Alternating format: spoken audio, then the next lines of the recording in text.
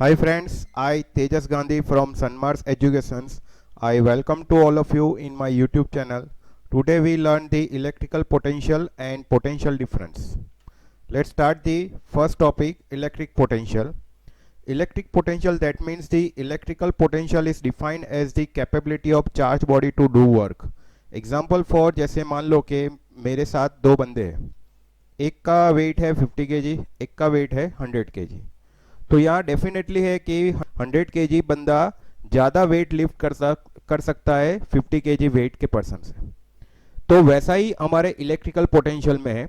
जैसे मान लो मेरे पास 50 वोल्ट की सोर्स है और एक 100 वोल्ट का सोर्स है, तो डेफिनेटली कि the 100 volt source is passing more current than the 50 volt source, because the 50 volt potential is lower than the 100 volt.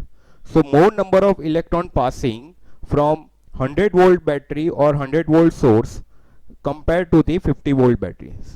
So when the body is charged, either electrons are supplied to it or they are removed from it. In both the cases the work is done.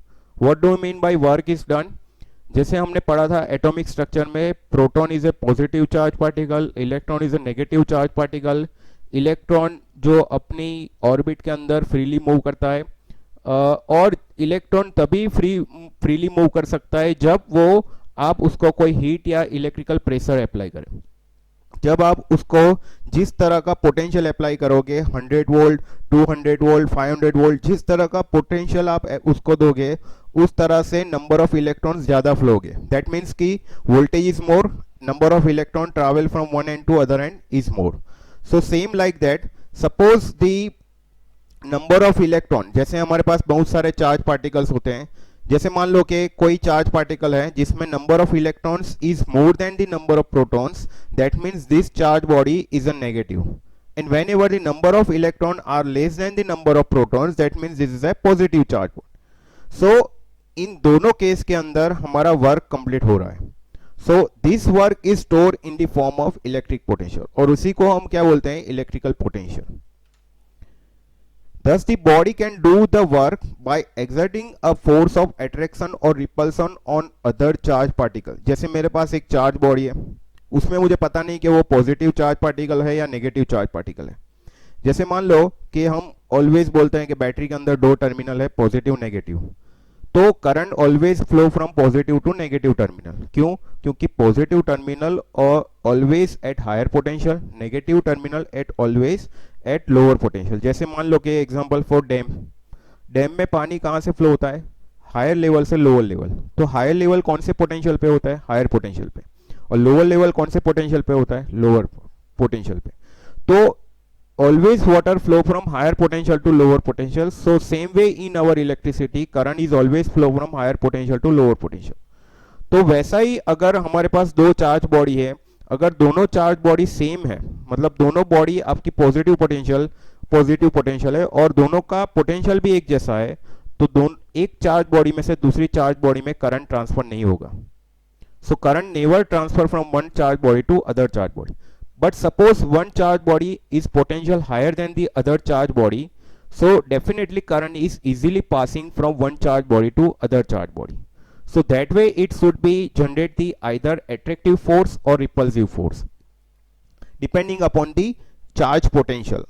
If both the body are positive, that means it's generate the repulsion force, and if one body is positive and other body is negative, that means it's generate the attraction force. The capacity of the charge body to do work determines the electric potential on it. तो जो charge body है उसके अंदर potential कितना है, 50 volt है, 100 volt है, 500 volt है, उस हिसाब से वो इलेक्ट्रॉन ट्रांसफर करता है। तो वही वो क्या डिटरमाइन करता है कि वर्क डन और electrical potential on this particular charge body. Electrical potential क्या होता है, work done divide by charge. Work done जैसे हमने देखा कि किसी भी चार्ज बॉडी के अंदर आप कोई उसका इलेक्ट्रिकल पोटेंशियल कितना है, उस हिसाब से वो इलेक्ट्रॉन को फ्लो करता है। अगर नंबर ऑफ इलेक्ट्रॉन प्रोटॉन से ज़्यादा है तो वो नेगेटिव चार्ज बॉडी है। अगर आपका नंबर ऑफ इलेक्ट्रॉन प्रोटॉन से कम है तो वो आपका पॉजिटिव चार्ज बॉडी है। तो दोनों केस के अंदर वर्क डन हो रहा है। तो वर्क डन किस में होता है, जूल्स में। एंड चार्ज किस में होता है, कूलम में। तो यूनिट क्या होता है वो इलेक्ट्रिक पोटेंशियल, उसका यूनिट होता है वोल्ट या तो जूल्स पर कूलम। तो यहाँ पे हमने by definitions we have the formula of electric potential V equal to W/Q। Next, potential difference. What do you mean by potential difference? Is defined as the difference in the electrical potential of two charge body. जैसे मान लो कि मेरे पास अभी दो charge body है, दोनों का potential एक जैसा है। जैसे मान लो एक का 24 वोल्ट है, दूसरे का भी 24 वोल्ट है।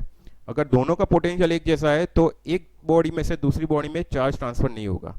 अगर एक बॉडी का 24 वोल्ट है और दूसरे का 12 वोल्ट है, so definitely current is easily transfer from one charge body to other charge body. जैसे मैंने अभी डैम का एग्जांपल बताया कि पोटेंशियल जहाँ पे ज़्यादा है वहाँ से ही वाटर फ्लो हो रहा है, मतलब हायर पोटेंशियल से लोअर पोटेंशियल की तरफ वाटर फ्लो हो रहा है। वैसे ही इलेक्ट्रिकल में current is always flow from higher potential to lower potential, उसी को ही हम पोटेंशियल डिफरेंस बोलते हैं। It is denoted by V and measure in volt. The main effect of potential difference is the flow of current from the point of higher potential to the lower potential. जैसे मैंने अभी बताया कि DC circuit में positive negative ऐसा कुछ नहीं होता है। वो पॉजिटिव मतलब जहाँ पे आपका करंट हायर पोटेंशियल से फ्लो हो रहा है और वहाँ पे वो फ्लो होके कहाँ पे जा रहा है, लोअर पोटेंशियल पे। और लोअर पोटेंशियल को हम नेगेटिव टर्मिनल डिनोट करते हैं और हायर पोटेंशियल को हम पॉजिटिव टर्मिनल डिनोट करते हैं। जैसे यहाँ पे हमने लेफ्ट साइड फिगर दिखाया है कि पोटेंशियल V1 जो है और पोटेंशियल V2 जो है, दोनों में number of atoms are different.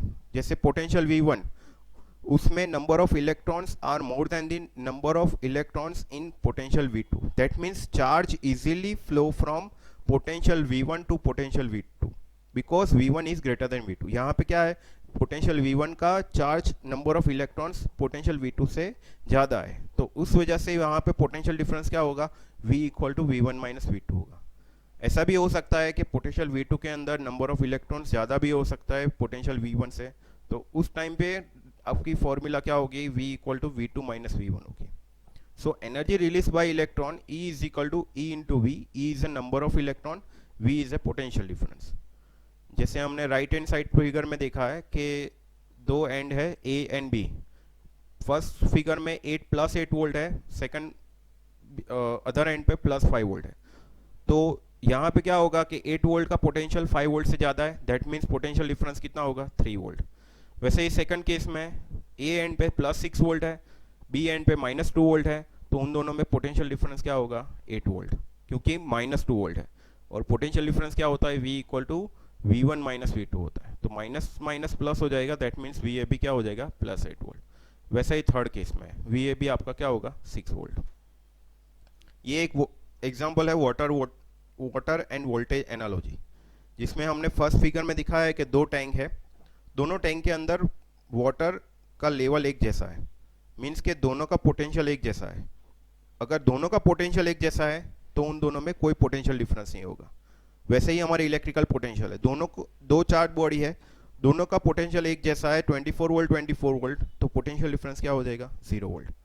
जैसे दूसरे फिगर में क्या बताया कि टैंक ए के अंदर वाटर का लेवल ज़्यादा है कंपेयर टू टैंक बी की तरह, तो उसी वजह से आपका वाटर कहाँ से कहाँ फ्लो हो रहा है, टैंक ए से टैंक बी की तरफ, तो दैट मीन्स कि पोटेंशियल डिफरेंस होगा, क्योंकि टैंक ए में वाटर फ्लो ज़्यादा है कंपेयर टू टैंक बी की तरफ।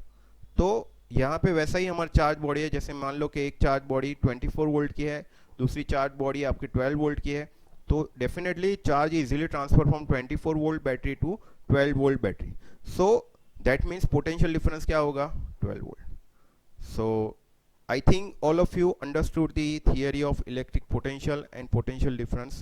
Thank you for watching my video. Subscribe the channel, press the like button and share the video to your friends. Next time we will meet you and discuss on the concept of resistance. Thank you.